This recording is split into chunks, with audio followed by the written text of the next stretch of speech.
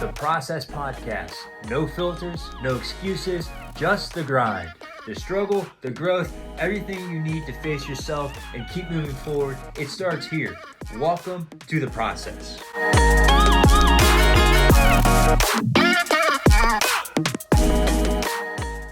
This will be a documentary about self-discovery, and it will be raw because I do not know how to write script. I do not know how to edit, film, or even make a podcast.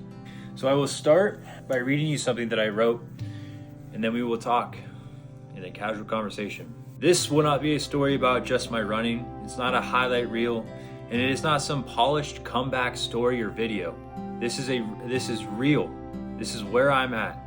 For the last year, if you know my story, me and my wife moved to North Carolina based on something that we felt that the Lord has called us to do. During that time, I started dealing with OCD, and I still am battling with OCD. And it's not just the kind that you see in movies that's funny and makes life a little challenging. It's things that actually make life feel impossible. It got so bad in North Carolina that there was days and months that I did not leave the house. I did not go run. I did not go to the gym. And if you know me, these are things that I love to do. I would get on my stationary bike outside my house so I could make sure that I could control and see anything. I got into routines and checks if I left the house that felt impossible. They were loops that never ended. So we came back to Marysville, Ohio, a place that I grew up, the place where I learned how to work, the place where God has pulled me back to rebuild me and my family. This documentary isn't about being the strongest or the fastest. It's about discovering who I am underneath the struggle of OCD and how God is using this struggle to pull me closer to Him. Welcome to The Process. Why am I doing this? Why would anyone want to do a last-minute standing race? I've thought about this and tried to really put it to words why, and I wrote that the journey itself is bigger than running. It's about discovery. The journey is about discovering who I am. Every single day is just me and the Lord on the road. An opportunity just to be raw and honest with my Father that, God, I don't understand why I'm battling with these things. It's about removing every single thing that has ever gotten in my way and just being so intentional about my time with the Lord. Removing expectations that every single day, the training session, I have no expectation. It is fully the Lord's to do with whatever He wants to do in that session. Lord, remove my expectations from this session. Every single day, it's just me and you, God.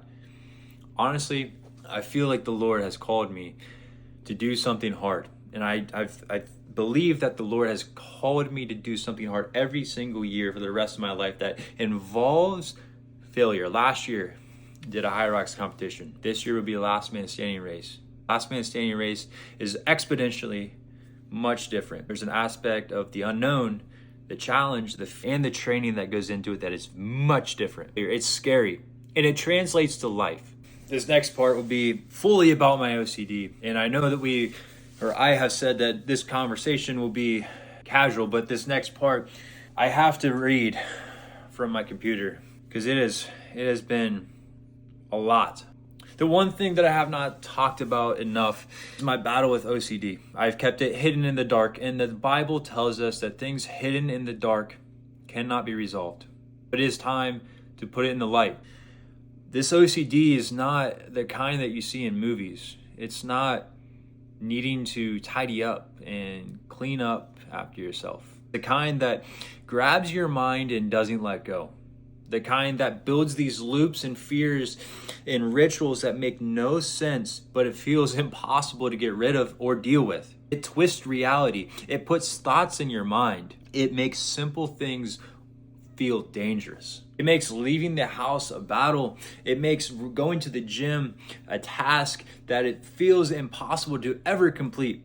And when I was living in North Carolina, it hit me harder than ever before. These things have always kind of been there. I've always felt this desire to always check door locks, for example. But when I moved, it hit me harder than ever before. There were days, and I'm not exaggerating, where I physically could not go outside. You can ask my wife about this. My body wanted to, but my mind just couldn't do it. My mind was locked. I'd stare at the door. I would think about it, wanting to, but I just couldn't. That almost destroys you in a different way that physical pain could ever. Because you start questioning yourself. Why can't I do something so simple? Why does my mind feel stronger than me? Why can I spend hours suffering, physically training, but I can't do simple tasks?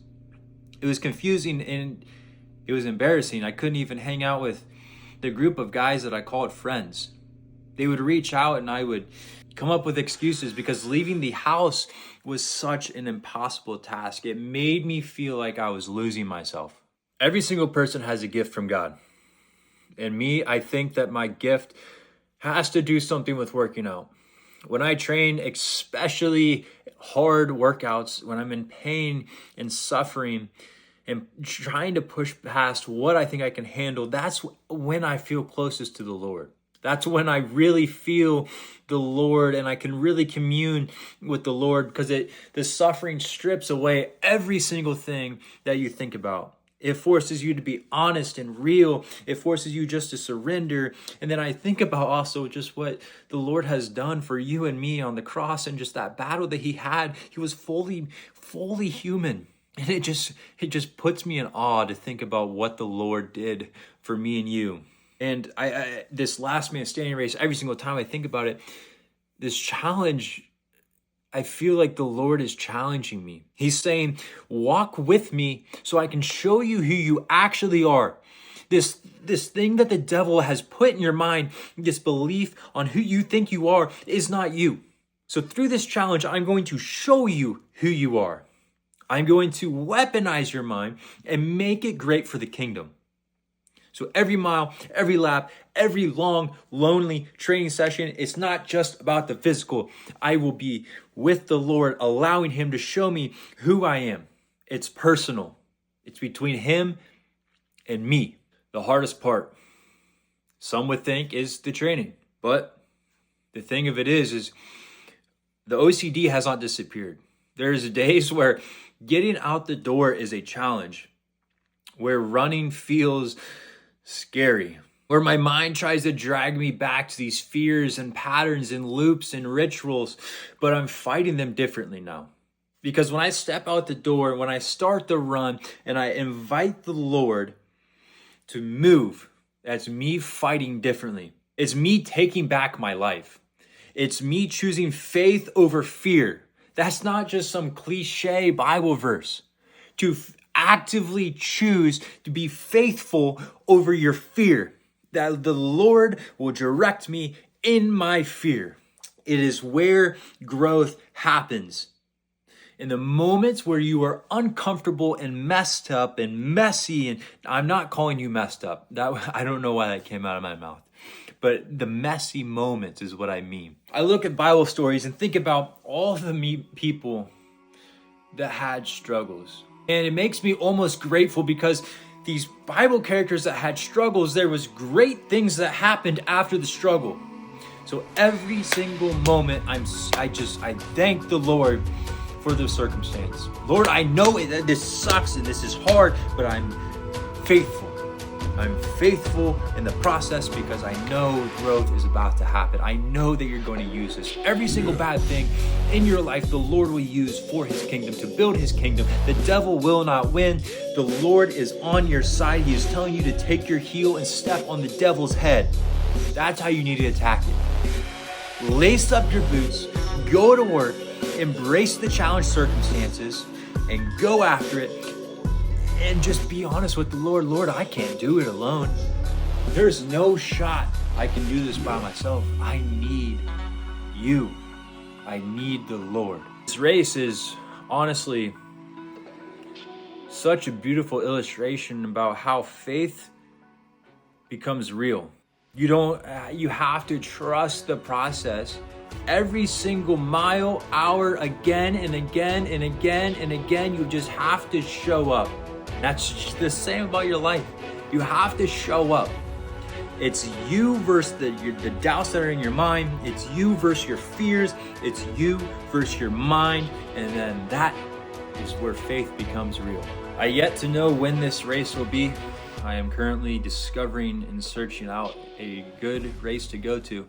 But I will try to upload once a week and share this journey that I'm on, this self-discovery journey. And honestly, this video series is not for anyone else, but it is for me, so I can go back and look at this week by week, month by month, year by year, to see the great things that the Lord has done in my life, because that's what the Bible tells us to do. It tells us to record and to write down the things that the Lord does in your life and remember the great things that he does. Because if you don't remember, it's hard to have hope.